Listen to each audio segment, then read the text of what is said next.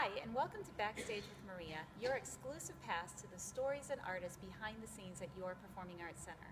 Today, I'm joined by the lovely ladies from Menopause The Musical. Thank you so much for being with me today. Thanks for having us.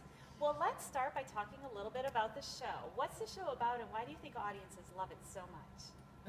Menopause. It's about menopause and the wonderful change that women go through. And it's everyone relates to that, right, girls? Yeah. Ingrid? Yeah, absolutely. Yeah. And good. Well, I think also it's a timeless story. They've been lucky enough that there's always somebody going through menopause. You know, every woman, and what's so magical about the show is even if you're not menopausal, you can still relate to something happening with one of the characters on the stage at that time. So it's wonderful. Right. And also gives women a chance, and men, an opportunity to laugh about it, because for such a long period of time, when it finally was spoke on, like with Edith Bunker and those type of characters, it was taboo. Oh, it was quiet. Oh, it was change. It was a very serious and very, the change. Right. Yeah, and now we've made it lighthearted. It's the change. We're all, if you live long enough, God willing, you're gonna go through it. So just deal with it. Here we are. Deal with it. That's and right. that's why it's successful, because we laugh at it. Yeah. And if you're not going through it, someone you love is. Is. So Oh, Bill. Oh yes, you see a lot Here's of what we know gentlemen you're going sitting through. out there, you Yeah, know. a lot of elbowing, like knowingly. Yeah. Exactly. Now, Ingrid, you've actually been with the show from the beginning. You were part of the original cast. I was the original cast in Atlanta in 2005. So what is it like to originate a role and make it your own? It's a lot of fun. They started the show in 2001, I think, in Orlando. Yes. So by the time they got to Atlanta to do it, I didn't necessarily originate it, but I did get to put my own, touch on the role, which we all get to do. Right. And as an actor, that's always the best part of doing it. Absolutely. And I'm sure a lot of that is drawing on your own past experiences and how you bring that to the role. And I'm really curious, as I was reading, Paula, you got your start as a reporter in Yes. Cleveland and Detroit, and Donna, you've performed with some major recording artists, Ben Vereen, The Supremes, Mel Torme. Yes. How did you take some of those skills from that experience and bring it to your roles here in Menopause The Musical? Go ahead. No, go ahead. For me, I would have to say work ethic. Just really trying hard to find the source of that character's feelings and then put your own experience into it. And I think Lena Horner is probably my best example. Not that I'm bringing up a name dropping, but I'm saying that because it sounds like I'm name dropping. But seriously, that was my first Broadway show, and I would stand in the wings and watch her find a key light. I would watch her engage herself with an audience, and that's where I probably learned my best techniques. And then when it came to people like Ben Vereen and all the Platters and all those other people, then it was just a matter of incorporating what I've already learned and staying on their level. And that's where that integrity comes in. Sure. So that's how I brought those experiences to the plate. I majored in theater and I traveled professionally for a few years, and then I went in and went back for my master's and ended up as a reporter and then a television host, and then went back to theater later after I had my kids. And for me, this was a really strange thing that happened to me. I had a hysterectomy, and while I was home recovering from this, I get a phone call, and they said, "We want you to come and audition for Menopause The Musical." And I thought it was a friend making a joke, and I laughed and said, "Who is this?" And they didn't answer. They said it again, and I just hung up the phone. And my agent then called me back and said, "What are you doing? There's a new show called Menopause The Musical, and they think you're going to be right for it." And I thought, are you kidding me? At this time in my life where I'm experiencing this, unfortunately through a hysterectomy, but I was like, this is perfect timing. Thank you, Lord. Yeah. And then we've got to talk about this, because I started off as a triple understudy. This woman does 4 roles as an understudy. Yes. And that is an incredible feat, let me tell you. Right, Mo? Yes. So, Thank so you. that's a great point. So Monica, you've got to be ready to step in for any of these ladies at any moment at the drop of a hat. How do you do that? How do you keep fresh with all of that material to be ready to step in? I have no idea. Now, Do you have multiple personalities as you're She's out a on the little street? crazy. Yeah. Right. Watch out if people run into you in the community. Right, right. I started this show in 2007 in Minneapolis. At the time, I was also doing Love Janis Joplin musical at the same time. So I was double contracted. I was boot camping this show, learning 3 roles, and doing that other role. And at the time, like I said, only 3 roles. And then our Earth Mother had to leave the production, and G4 said, "Well, you know that role, just step in." And I'm like, "Actually, that's the one I don't know. That's not one of the 3." And they said, "Well, can you learn it? Can you get up to speed?" I said, "Absolutely." And I have no idea how it all just kind of got into me, but it's 7.5 years later, and It's yeah, it Yeah. takes no time to just step right in. Yeah. And I enjoy the adrenaline rush of not knowing when I'm needed, who I'm going to be. I enjoy that. Okay. So. And that's really special. It takes a very special person to be able to thrive on that uncertainty. So it's a Or a fantastic crazy gift. person. I Right, too started off as an understudy Uh-huh. for 2 roles only. Okay. And it was unusual for when we first started off. This was 2004. They opened in Cleveland in 2004, and they opened in Boston in 2004. They opened in Denver. So they were doing it all over the country. And you're right. It takes a certain adrenaline. And we were talking about the other day how I would have to keep a suitcase packed and ready to go. They would call at 2 in the morning.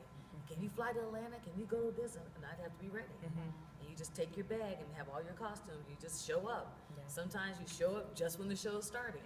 And you just That just happened to me, actually. there are times where I'd be getting dressed on the train, going to Philly, and have to run onto the stage and people just push you around if you hadn't Yeah, you been count there on before. count on the principals like Diane and Ingrid who've done the role. That you count on them to kind of, just move you around Show if you you the feel direction. like you're in the wrong spot, Yeah. but they just casually move you around and support you. Now that's this show. That's not.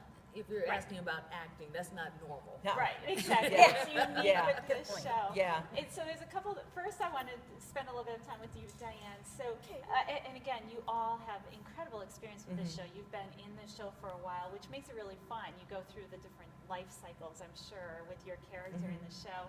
But talk a little bit about that cycle that you go through and how you keep the performance fresh from night to night. Well, and I think that's what's so magical about the show. I'm not from the theater family, and if there are people out there chasing this theatrical dream, it does come true. This is a blessing. I am so thankful. We started in Cleveland 2004, and then I got to do many other cities. We just did the West Coast tour. I would have never thought, and I think what it is for me, it's a party on stage every night. And it is live theater, and I think what keeps you coming back, it's almost like a golf game. You don't compete against your fellow actresses. You're competing against yourself. You want the perfect performance. The dance steps right, the lines right, the costume changes right. Everything has to be right. So in your mind, you play this game. Okay, I'm going to go on. I'm going to have the perfect show. And one little thing can trip you up, but I think that's what live theater is about. That's why we chase this dream. It's an adrenaline. It is an art. It is, and it's an ensemble show, and it's wonderful because it's like Paula said, you can trust the women on this stage, no matter what city. The job is to get to the perfect show, and if you don't work as a team, it's just not. And that's what's so magical. I met the most phenomenal women in every city, and the casts are the things that these women have done. One can only dream of, and here I am with them. Little dreams can. I remember when we flew to Florida to do boot camp, and I got there and I called my husband and I said, I think I'm part of something really big, but I don't know what it is yet. And here we are, 12 years later. The shows that are this funny, that run this long, don't come along. It's a blessing when you walk on the stage every night. It's a blessing. It truly is. Yeah. And the freshness comes from the constant new mix of cast. Sure. Of cast members. Yeah.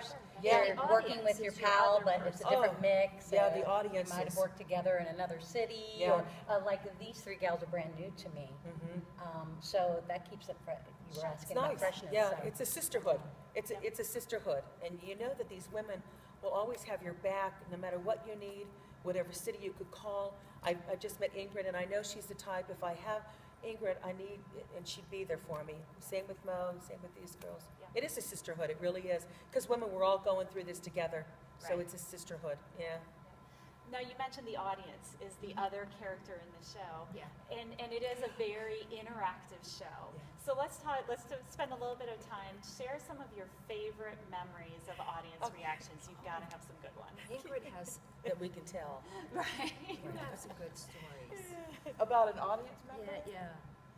Oh, I've been on stage before, and it almost happened yesterday. I don't know if the girls noticed or not, but because we're so close here at this fabulous theater, the audience, I would imagine any show you do is going to be another character because they're so close, so intimate. And shows like this, shows like Nonsense, work really well with an audience so close. So, again, thank you for having us here. It's just a perfect match for us. But I was sitting right here, and the audience member was here, and I'm having one of the bits is I have trouble reading the menu, and I went like this, and I go like this, and the person's like, should I give her my glasses?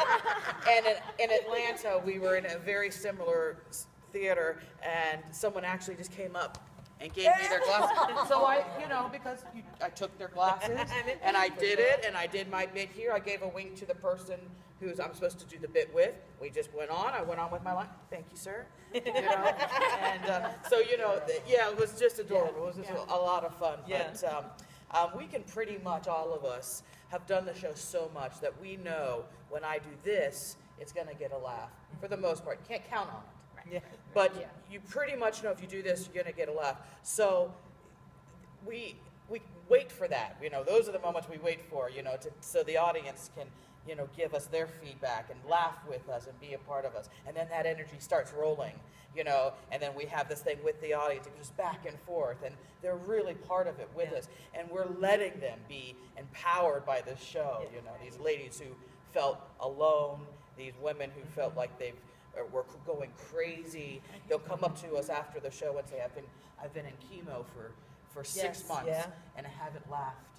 Thank you for this, Yeah. Or we'll have people crying saying, I thought I was going crazy. I had no idea I was, and so this show will and can just run for a long time because we'll always have that with the audience. Yeah. We'll always be able to relate. And that's one of the reasons I keep coming back I've to come the back. show, and I feel so fortunate when they do call me to come back because in a lot of other shows, you go in and it's heavy, and you leave as a performer, you leave thinking, oh, I brought the audience down. When you leave this show as a performer, you know that you have kind of done a community service. That's right.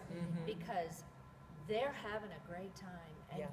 therefore for me, it makes my heart lighter because I know that I put a little bit of joy and laughter into their life, and it Right. makes me feel good. Yeah, and I think that's part of what's so fun about theater is when you can hit that chord where you know it's relevant, you know you're connecting with the audience, but you're allowing them to leave and have fun with it, Yeah. which is fantastic. Yeah.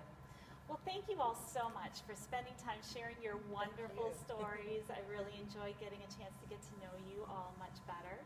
And thank you for joining us with Backstage with Maria. Thank you. Yay, Appleton! Yay, Yay! Yay! I'd love to hear from you. Let me know what you liked about this video and what other stories you'd like to hear. And don't forget to subscribe to our YouTube channel for more fun videos.